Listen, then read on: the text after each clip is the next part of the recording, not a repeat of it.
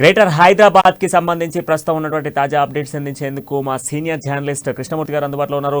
And దాంతో పాటుగా ఇతర అంశాలకు సంబంధించి కూడా పూర్తి డీటెయిల్స్ అందించేందుకు అందుబాటులో ఉన్నారు. కృష్ణమూర్తి గారు. Thank you Pranay. Greater Hyderabad సంబంధించి కాకుండా రాష్ట్రంలో అంటే బీజేపీ ప్రజా సంగ్రామ యాత్ర రెండవ విడత, అంటే ఇప్పటివరకు ప్రజా సంగ్రామ యాత్ర 6వ విడత పాదయాత్ర కొనసాగింది. ఇప్పుడు ప్రజా సంగ్రామ యాత్ర 2 అని నామకరణంగా కొత్తగా చేశారు. దీన్ని పాదయాత్రగా చేయాలా, లేదు అంటే బస్సు యాత్ర నిర్వహించాలా, అంటే ఎన్నికలకు కేవలం అసెంబ్లీ ఎన్నికలకు కేవలం 8 మాసాల గడువు మాత్రమే ఉన్నది. ఈ నేపథ్యంలో ఇంకా బీజేపీ దాదాపుగా 65-66 అసెంబ్లీ కాన్స్టిట్యున్సీలలో పాదయాత్ర కానీ లేకపోతే బస్సు యాత్ర కానీ చేయాల్సిన అవసరం ఉంది. క్షేత్రస్థాయిలో పర్యటించి కార్యకర్తల్లో శ్రేణుల్లో ఉత్సాహం నింపడంతో పాటు ప్రజల్లో భరోసా కల్పించాలని బీజేపీ భావిస్తున్నది. ఈ నేపథ్యంలో పాదయాత్ర ద్వారా వెళ్తే ఆలస్యమయ్యే అవకాశం ఉంది. ఎన్నికలు సమీపిస్తున్న నేపథ్యంలో పాదయాత్ర అనేది అన్ని నియోజకవర్గాల్లో పర్యటించడం కానీ, నియోజకవర్గంలో ఎక్కువ స్థాయిలో తిరిగి ప్రజలను కలవడంలో కానీ కొంచెం ఇబ్బందులు ఎదురయ్యే అవకాశం ఉందని చెప్పేసి ఈరోజు రాష్ట్ర పార్టీ కార్యాలయంలో జరిగినటువంటి, అంటే పార్టీ రాష్ట్ర ఇన్ఛార్జ్ సునీల్ బన్సల్ కానీ తరుణ్ చుగ్ వీళ్ళనే సమక్షంలో పార్టీ ముఖ్య నేతలు కొంత భేటీ అయ్యారు. ఈ సమావేశంలో కొంత అంటే ఎలా వెళ్ళాలి, ముందుకు పార్టీని ఏ విధంగా తీసుకెళ్ళాలి, కార్యకర్తల్లో ప్రస్తుతం ఉన్న ఉత్సాహాన్ని ఎలా నిలబెట్టుకోవాలి, ఎన్నికల వరకు ఈ జోష్ను ఎలా కొనసాగించాలి అనే అంశం మీద కొంత కసరత్తుగా చేశారు. ఈ కసరత్తులో కొన్ని కీలకమైన నిర్ణయాలు తీసుకున్నారు. ప్రజా సంగ్రామ యాత్ర పేరుతోటి ఇంతవరకు 5 విడతలు జరిగేది. దాదాపుగా 50 అసెంబ్లీ నియోజకవర్గాల్లో పాదయాత్రను పూర్తి చేశారు. ఇంకా 119లో 50 పోతే ఇంకొక 69 అసెంబ్లీ కాన్స్టిట్యున్సీలు మిగిలి ఉన్నాయి. అసెంబ్లీ అంటే 50% పైగా, దాదాపు 40% మాత్రమే పూర్తయి, మరో 60% మిగిలి ఉన్నాయి. ఈ 60%ని ఏ విధంగా పూర్తి చేయాలి అనే అంశం మీద కొంత సుదీర్ఘంగా చర్చించారు. దాదాపుగా నేతలందరూ సుమారుగా 4 గంటల పాటు భేటీ అయ్యి ఈ అంశం మీద చాలా క్లుప్తంగా సుదీర్ఘంగా చర్చించి కొంత అవుట్పుట్ను తీసుకొచ్చారు. దీనికి సంబంధించి ఏంటంటే ప్రజా సంగ్రామ యాత్ర పేరును అదే విధంగా కొనసాగించాలి. అయితే ప్రజా సంగ్రామ యాత్ర పేరుతో ఇప్పటివరకు జరిగినటువంటి పాదయాత్రను కాకుండా బస్సు యాత్ర చేద్దామా, లేదు అంటే ఎక్కడికక్కడ నాయకులు జట్లుగా విడిపోయి ఎక్కడెక్కడ ఆది నియోజకవర్గాలు పాదయాత్ర చేద్దామా, అంటే జిల్లాకు ఒకరు అనుకోండి, 4 కాన్స్టిట్యున్సీలు ఒకరు, 6 కాన్స్టిట్యున్సీలు ఒకరు, అంటే వాళ్ళ విలువ బట్టి వాళ్ళ నియోజకవర్గం బట్టి పార్టీ పరిస్థితులను బట్టి నాయకుల ఉత్సాహాన్ని బట్టి ఏ విధంగా ముందుకెళ్ళాలి, మొత్తంగా అన్ని నియోజకవర్గాల్లో పాదయాత్రలు పూర్తి చేయాలి. అన్ని నియోజకవర్గాల్లోని కార్యకర్తలను కలవాలి, ప్రజలతో మమేకం కావాలి, ఇంటింటికి బీజేపీ తీసుకెళ్ళాలి, కాషాయ జెండాను ప్రతి ఊర్లో ప్రతిష్ఠింపచేయాలి అనే అంశం మీద సుదీర్ఘంగా చర్చించారు. ఈ సమావేశంలో కొంత అంటే ప్రజా సంగ్రామ యాత్రలో కొంచెం మార్పు తీసుకురావాలని మాత్రం ఒక నిర్ణయానికైతే వచ్చారు. ఈ నిర్ణయం ఎట్లా అంటే పాదయాత్రగా చేయకుండా బస్సు యాత్ర చేస్తే ఎలా ఉంటుంది, బస్సు యాత్ర కాకుండా నాయకులు ఎవరికి వారుగా కొన్ని విభాగాలుగా విడిపోయి వాళ్ళు అక్కడ పాదయాత్రలు చేస్తే ఎలా ఉంటుంది, అంటే వాళ్ళకు ఉన్నటువంటి పాదయాత్ర కాకుండా మొత్తానికి రాష్ట్రంగా, అంటే ఇక్కడ మహబూబ్ నగర్ జిల్లాకు చెందిన ఖమ్మంలో చేయాలి, ఖమ్మంలో చెందిన జిల్లాకు చెందిన మహబూబ్ నగర్ చేయాలి, అంటే ఈ విధంగా వాళ్ళని షిఫ్లింగ్ చేస్తూ చేయాలి. అంటే వాళ్ళ నియోజకవర్గాల్లో వాళ్ళ జిల్లాలోనే కాకుండా పొరుగున జిల్లా కానీ ఆ పొరుగున ఉన్న జిల్లా కానీ ఆ విధంగా చేయాలి. ఎలా ఉంటుంది అంశం మీద కొంత చర్చించారు. దీనికి సంబంధించి ఒక నిర్ణయం అయితే వచ్చింది. ఏంటంటే ప్రజా సంగ్రామ యాత్ర 2గా దాని నామకరణం చేశారు.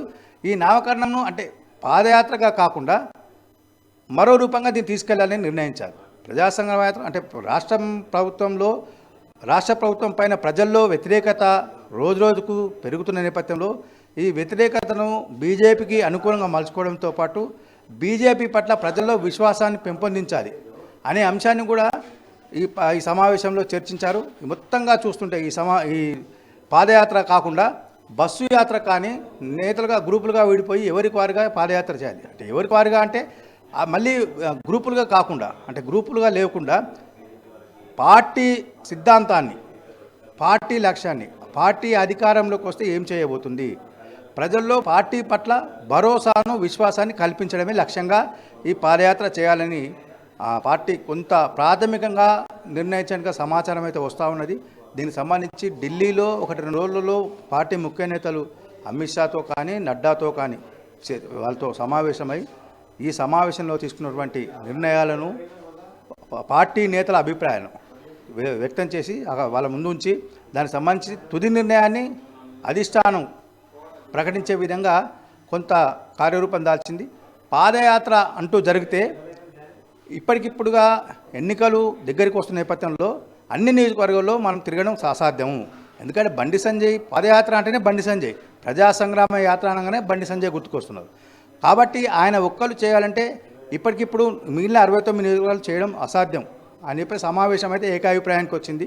దీనికి సంబంధించి కొంత నిర్ణయం ఒక 1 వీక్లో వచ్చే అవకాశాలు అయితే కనిపిస్తున్నాయి. వచ్చినప్పుడు ఎవరికి వారిగా చేయాలని అంటే ముందుగా ఏమనుకున్నారంటే మార్చి 16 నుంచి ఆరమైసమ్మ నుంచి కల్వకుర్తి ఆరమైసమ్మ నుంచి చేయాలనుకున్నప్పటికీ అది ఎంతవరకు సాధ్యమవుతుంది? ఒక్కో పాదయాత్రకు కనీసంగా 15 రోజులు 20 రోజులు పడుతున్నాయి. అది కేవలము రోజుకు 12 కిలోమీటర్లు, అతిగా అనుకుంటే 15-16 కిలోమీటర్లు చేస్తున్నారు. అంటే 300 కిలోమీటర్లు మాత్రమే వస్తుంది. కానీ ప్రస్తుతం ఉన్నటువంటి లక్ష్యం చూస్తుంటే దూరం లక్ష్యం చాలా పెద్దగా ఉంది. కాదు ఇది సాధ్యమవుతుందా అని ముందుగా చర్చించారు. ఈ చర్చించిన నేపథ్యంలో అలా కాకుండా ఏ రకంగా వెళ్దాం, గతంలో అనుకున్నట్టుగా పాదయాత్ర కాకుండా బస్సు రూపంలో తీస్తే అనుకున్నారు.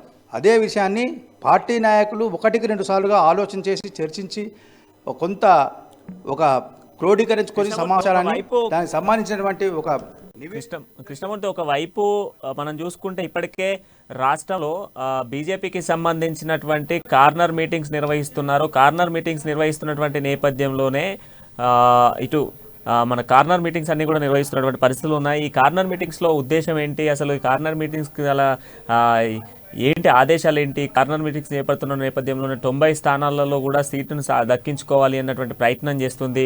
ఈ 90 స్థానాలలో దక్కించుకోవాలన్నటువంటి అంటే ఇటీవల బీఆర్ఎస్ పార్టీ ఖమ్మంలో భారీ బహిరంగ సభ నిర్వహించి జాతీయ రాజకీయాల్లోకి ప్రవేశిస్తున్నట్టుగా ప్రకటించిన నేపథ్యంలో మనం కూడా ఖమ్మం జిల్లాలో కానీ నల్లగొండ జిల్లాలో కానీ అంటే పార్టీకి పట్టులేదని భావిస్తున్న నల్లగొండ జిల్లాలో కానీ కొంత మనం సమావేశం నిర్వహిస్తే ఎలా ఉంటుంది అనే అంశం మీద కొంచెం చర్చించారు. ఈ విషయంలో ఇంకా తుది నిర్ణయం రాలేదు. అమిత్ షా నిర్ణయానికే వదిలేశారు. అమిత్ షా ఎక్కడ సభ నిర్వహించాలి అక్కడ నిర్వహించాలి అని చెప్పి సమావేశం ఏకాభిప్రాయానికి వచ్చింది.